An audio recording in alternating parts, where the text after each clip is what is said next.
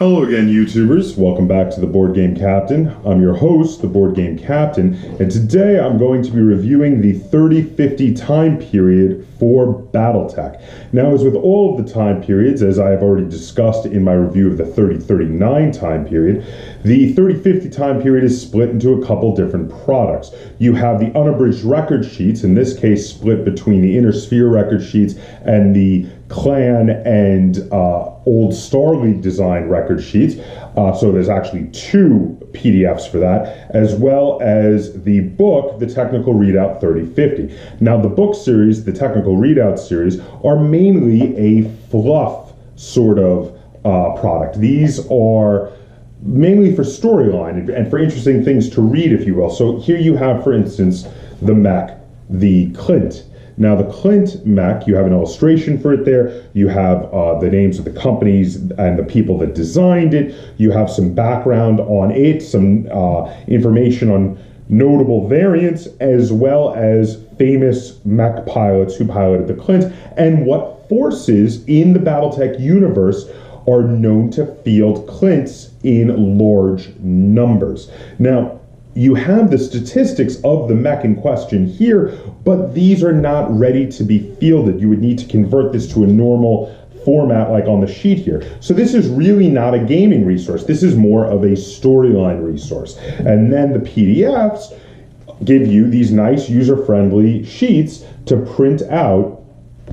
I like to put them in these plastic sleeves. That way I can use dry erase markers to mark heat, damage, section destruction, as well as whether we walked, ran, or jumped, and how fast, how many hexes we moved.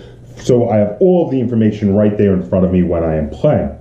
So now we're going to talk about the 3050 time period and the fact that these two products really are two parts of the same product.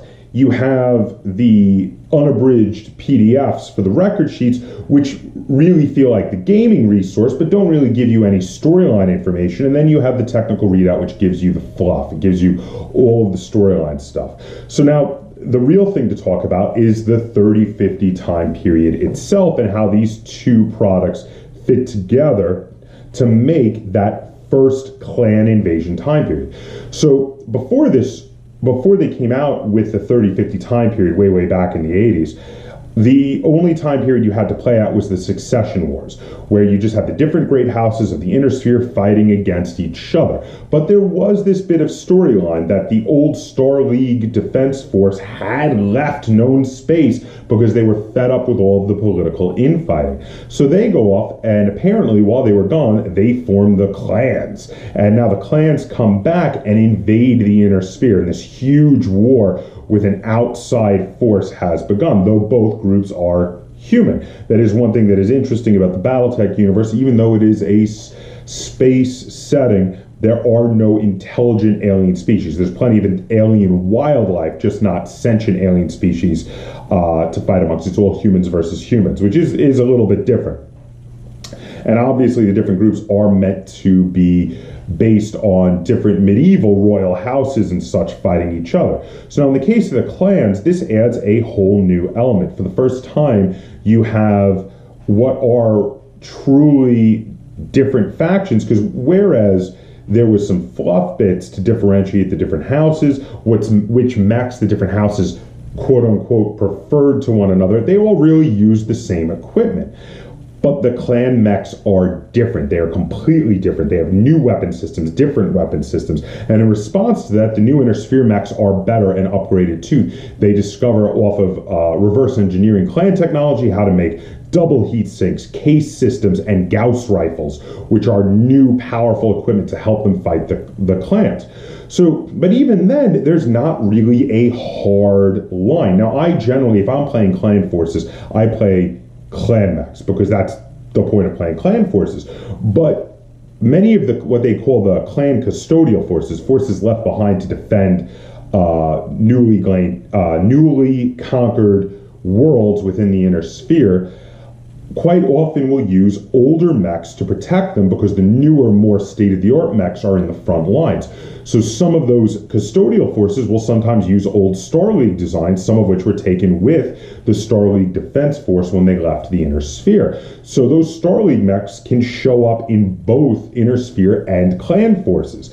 In addition, while it would seem strange for Clan forces to use the inferior Inner Sphere designs, except for the old Star League ones that they have left over, it is possible for Inner Sphere forces to have maybe one captured Clan mech that they are using, because captured mechs did happen during the storyline of the game and were used or researched for reverse engineering purposes, and in a pinch use. You shouldn't have too many of them if you're playing Inner Sphere, but you can actually use a Clan mech, especially if you're making a storyline where it is a captured Clan mech and maybe your Clan opponents are attempting to retake it.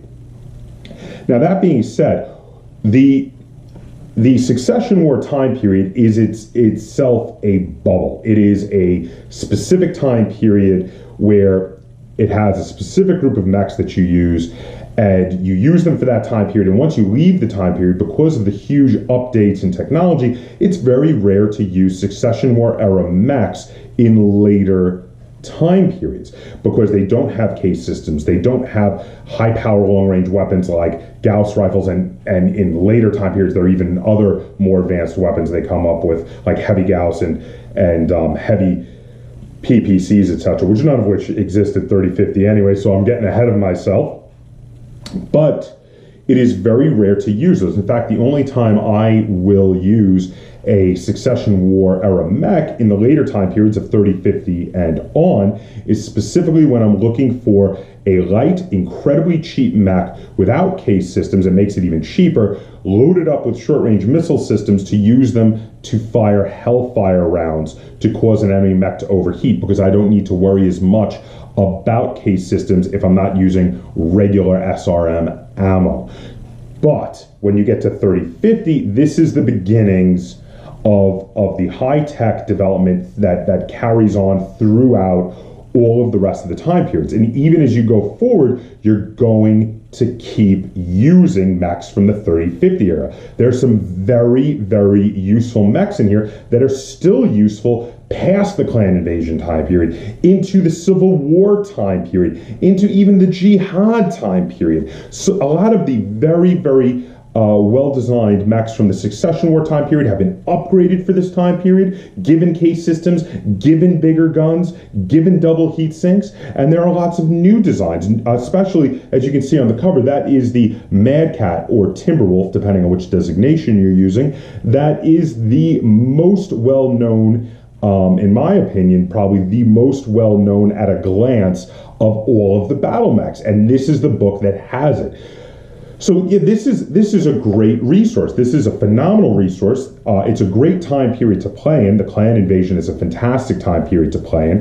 The tactics in this time period become much more varied. You're actually able to make long-range forces that can sit back and pick apart your opponents at distance. You don't have to get up close and personal if that's not your style anymore. In the Succession War time period, you really had to get up close and personal to finish off your enemies.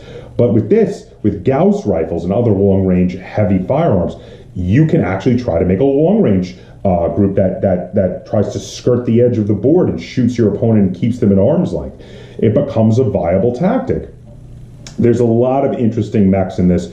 It is a really great time period to play in, and because of how great this time period is going forward, and the fact that you can use the mechs from this time period in later time periods and they are still effective, I highly recommend getting the 3050 technical readout and the 3050, even more so the 3050 PDFs of the unabridged record sheets as well. Now, for the unabridged record sheets, in my opinion, because of how amazingly useful they are and how you're going to keep using them as you go forward, this is a 9.5 for me. This is incredibly, amazingly useful information for the game that you will use in 3050, you will use in 3055, 3060, 3070, and on. You will keep using a lot of these mechs. You will come back to them again and again. Some of the best mechs in the game are in this time period, in my humble opinion. However,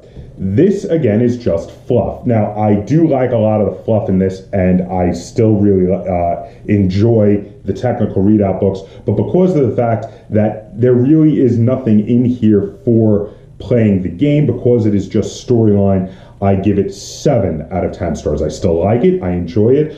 I've bought several editions of this book, and I do still recommend it to you, especially if you want to know about the backgrounds of the different mechs. So there you have it. That is 7 stars for the technical readout 3050 and 9.5 stars for the unabridged record sheets, which are truly awesome in my opinion. So, have you played in the clan invasion time period? Is it your favorite time period? Do you hate the 3050 time period? Comment down below. If you have any questions, comments, or concerns, either on this video or on the 3050 time period for Battletech, put them in the comments down below. And if you enjoyed this video and you'd like to see me do more like it, please give this video a like, share this video, and if you haven't already, please subscribe to the Board Game Kaptain. That is Kaptain spelt with a K on YouTube. And until next time, game on.